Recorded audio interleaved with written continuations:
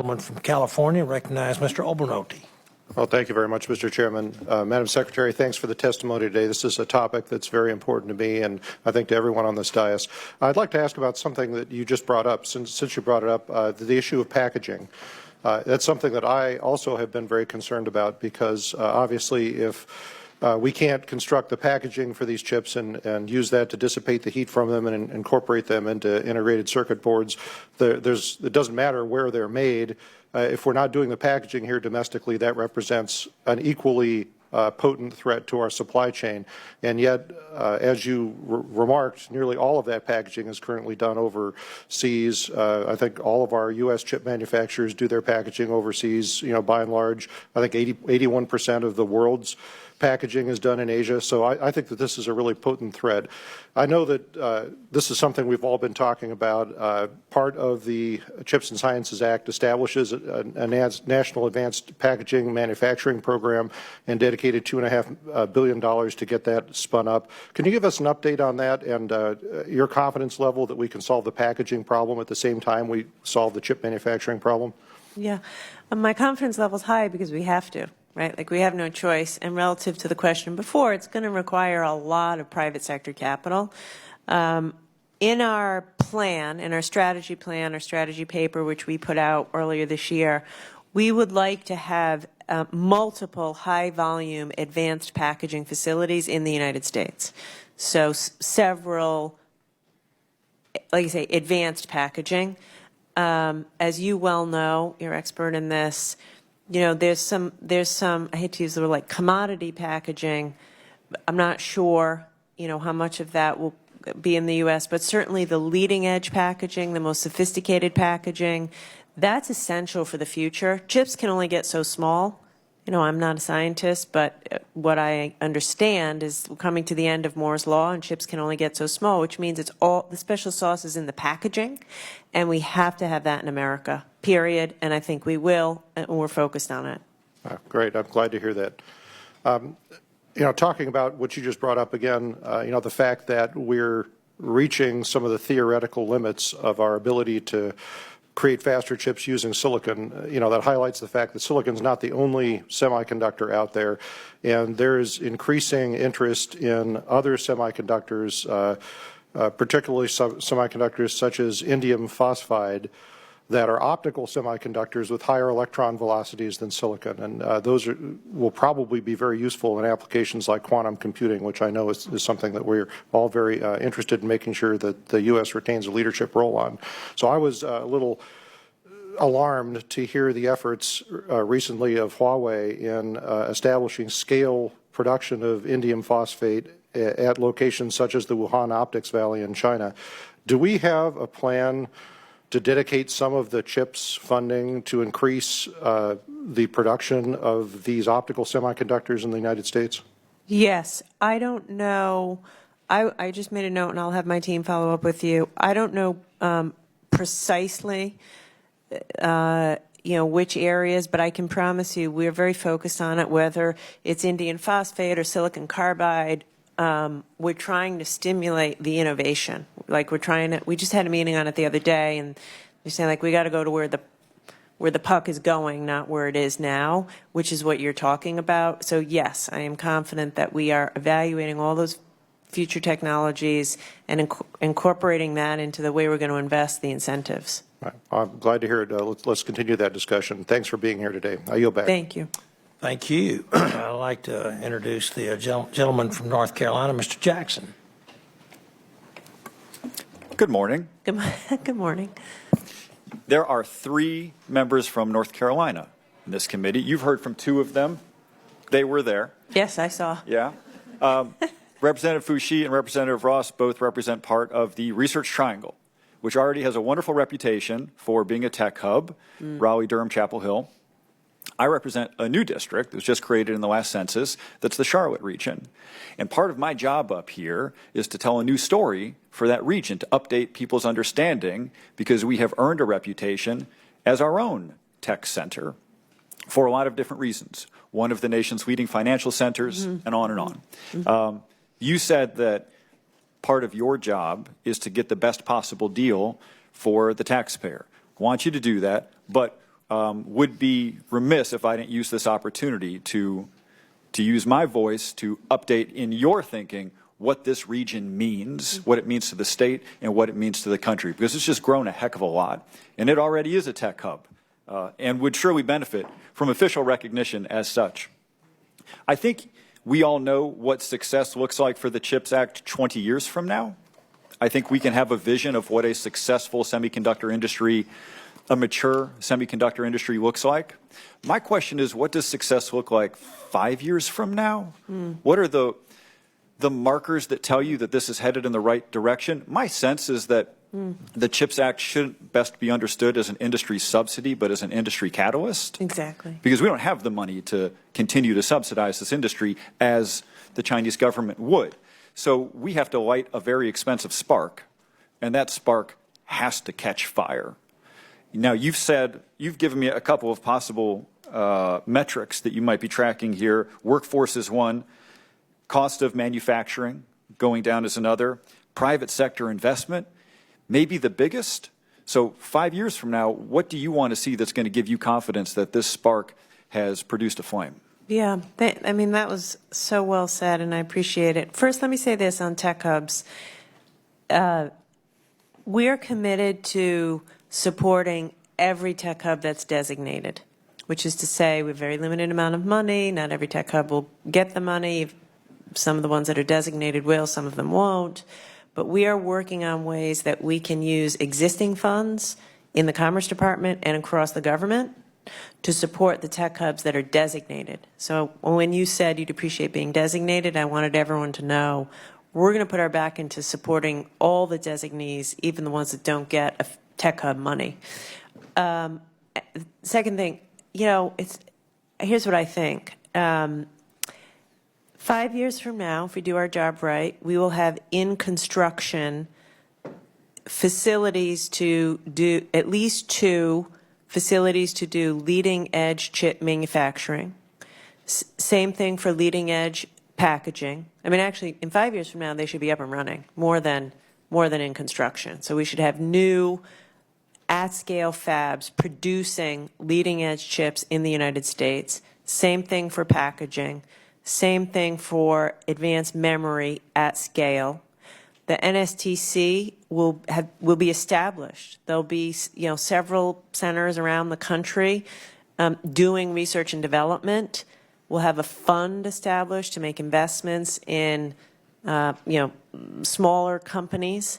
And we'll have 1 or more manufacturing USAs up and running. So I think that the 5-year mark is a really important mark because it's the time that, these fabs should be coming online and we should be, making these chips at scale. The last thing I'll say is if we do our job right with all of the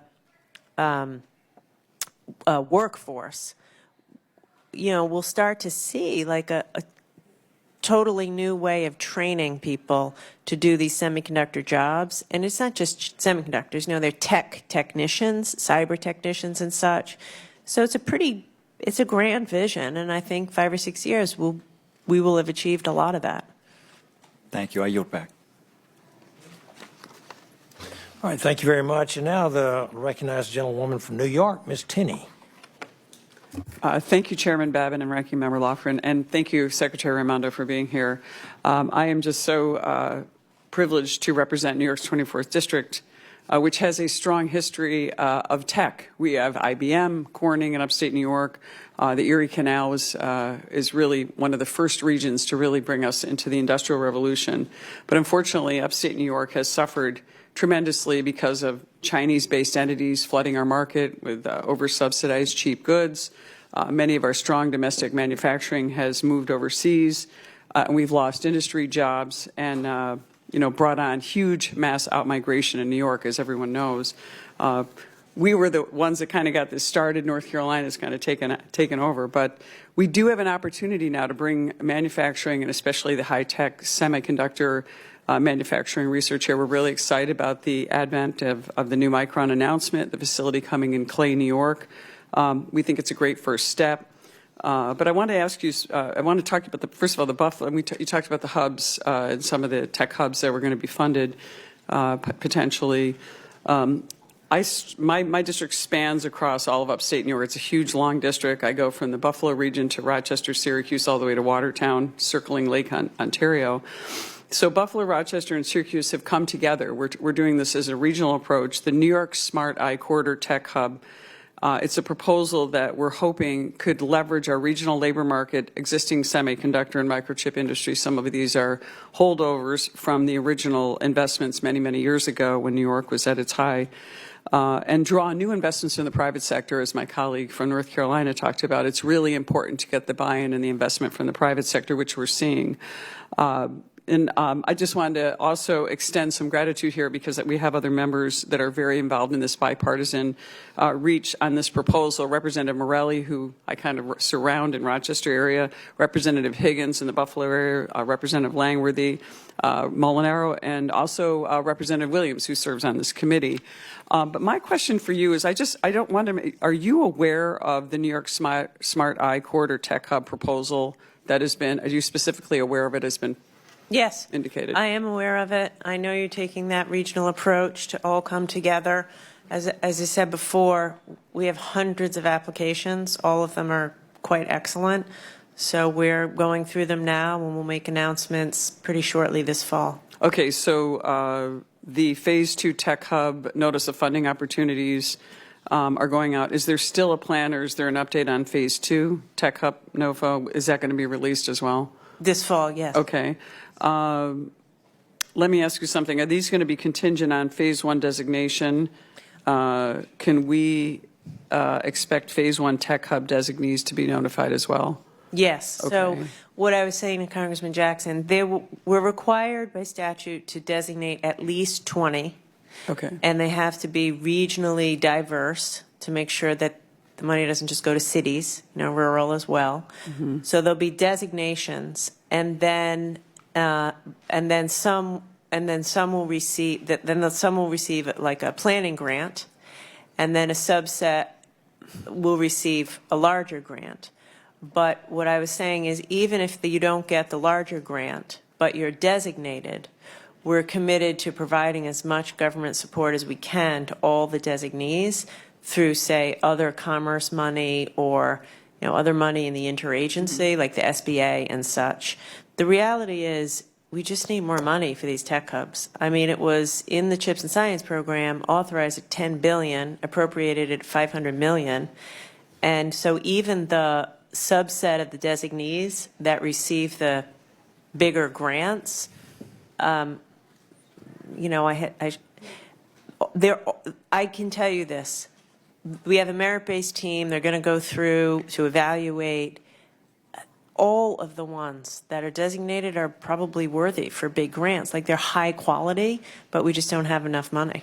Well, we urge you to obviously choose our tech hub, but we appreciate your testimony and hard work. We think we put together a great team of bipartisan effort, and really just grateful to all the representatives in upstate New York for coming back, because we were once the champions of industry and innovation, and we need to come back, and we have a great opportunity with this huge investment coming from Micron. So we appreciate your testimony. My time has run out, but thank you so much. I hear you. I would say I have heard from more members of Congress on tech hubs than anything else that I've done. It's unbelievable. We protect our turf there. I love it. I love the advocacy. I'd like to recognize a gentlewoman from Ohio, Ms. Sykes. Thank you, Mr. Chair, and thank you for this meeting. And Madam Secretary, really appreciate you being here. I'm going to talk about something different, regional tech hubs. That was a joke. I guess it wasn't funny. Similar to my other colleagues here, would appreciate your full consideration of the regional tech hub from our community that is not based in one of the largest cities in the state. Coming from Ohio's 13th congressional district, we do have a bit of a shadow over us from the larger cities, including Cleveland, Columbus, and Cincinnati.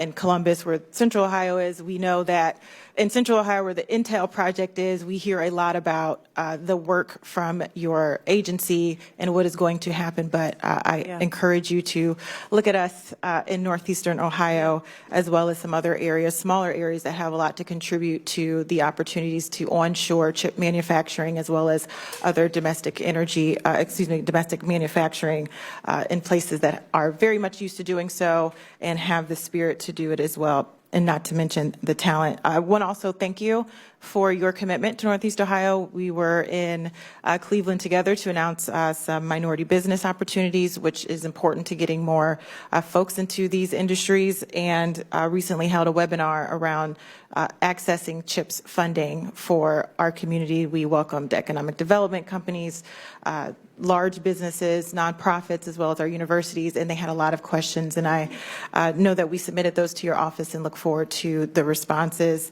that we get from them. Just really want to hone in on the workforce conversation, because there's not an industry that I've met with that has said that they aren't struggling with the workforce, and certainly in manufacturing and technology, we experience that as well.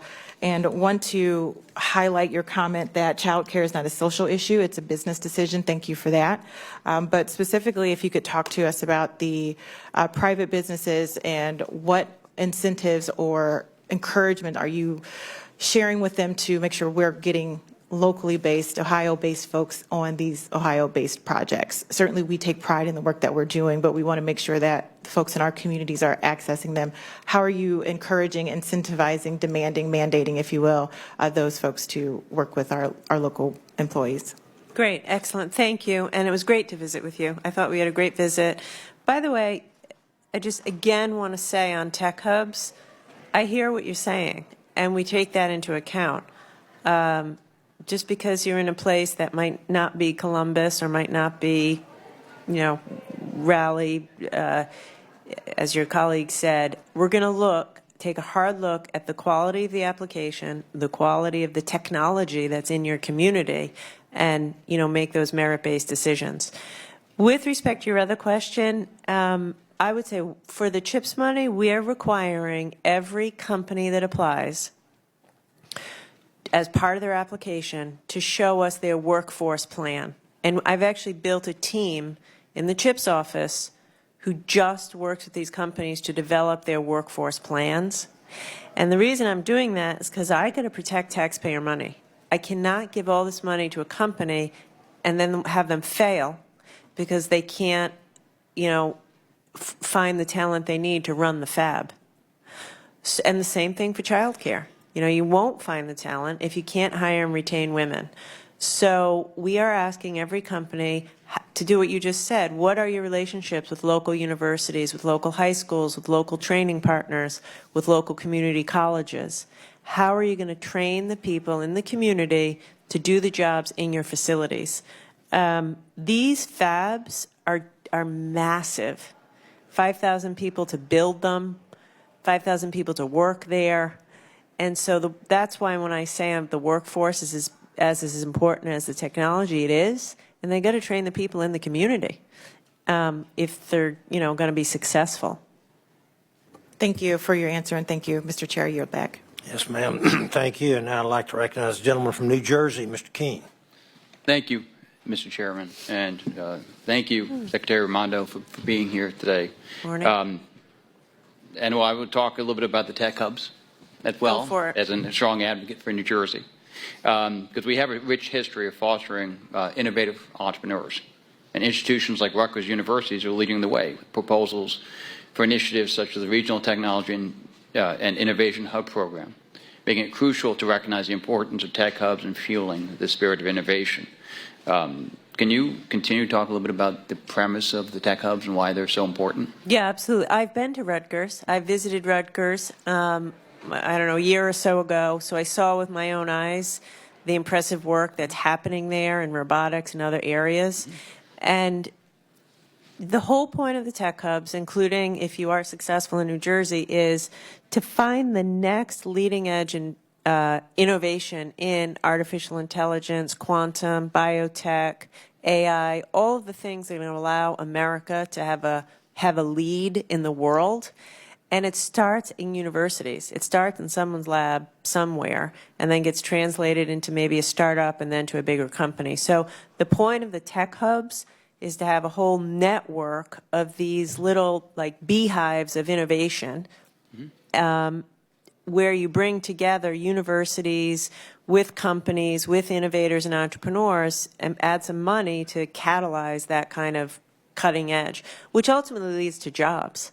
You know, like talking New Jersey, think about Bell Labs. Think about all the jobs and innovation that In my spun out of there. Yes. In my district, I was there in the last couple of weeks. It's amazing, right? I mean, amazing, amazing, amazing. Thousands and thousands of companies and people came out of that.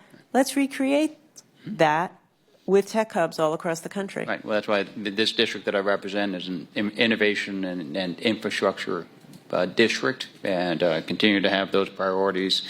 We need to continue to find that common ground. Can you talk a little bit about export controls and the importance of how we use export controls in our competition with the PRC?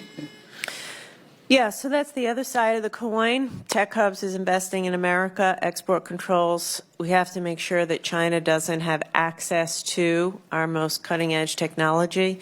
Since I've been secretary, we've added over 700 PRC entities to the entity list. More than 1/3 of all the Chinese entities on the list were put there under the Biden administration. And it's because we can't be selling our most sophisticated artificial intelligence chips or other technology to the PRC so that they can get it to put in their military and use it in a way to undercut our national security. I would say to everyone here, BIS needs more funding. We need more export enforcement agents. We need more tech experts. Like, increasingly, national security is about technology and keeping our edge over China, staying ahead of them.